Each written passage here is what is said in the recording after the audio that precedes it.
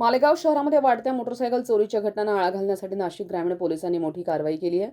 स्थानिक गुन्हे शाखेच्या पथकानं सापळा रचत एका संशयिताला ताब्यात घेतलंय. त्याच्या चौकशीतून तब्बल 11 चोरीच्या मोटरसायकलींचा पर्दाफाश केलाय.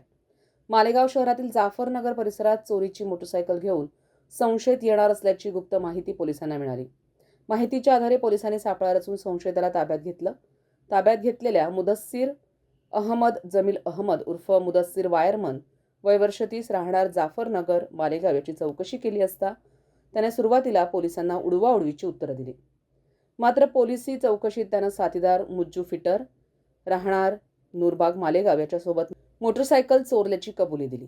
पोलिसांच्या माहितीनुसार आरोपींनी मालेगाव शहर, नांदगाव आणि धुळे परिसरातून तब्बल 11 मोटरसायकल चोरल्याची कबुली दिली आहे. आरोपींकडून पोलिसांनी 3 Honda Unicorn, 2 Honda Shine, 2 Burgman scooty, 2 Suzuki Access, Royal Enfield Bullet आणि 1 बजाज चॅम्पियन अशी एकूण 11 वाहनं जप्त केली आहेत.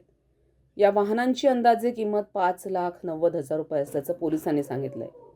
या कारवाईनंतर मोटरसायकल चोरीचे 3 गुन्हे उघडकीस आलेत. त्यात मालेगाव तालुका पोलीस ठाणे, नांदगाव पोलीस ठाणे आणि चाळीसगाव रोड पोलीस ठाण्याच्या हद्दीतील गुन्ह्यांचा समावेश आहे. दरम्यान या प्रकरणातील मुज्जू फिटर हा फरार असून त्याचा शोध पोलीस घेत आहेत. त्याच्याकडून आणखी मोटरसायकल चोरीचे गुन्हे उघडकीस येण्याची शक्यता पोलिसांनी व्यक्त केली आहे.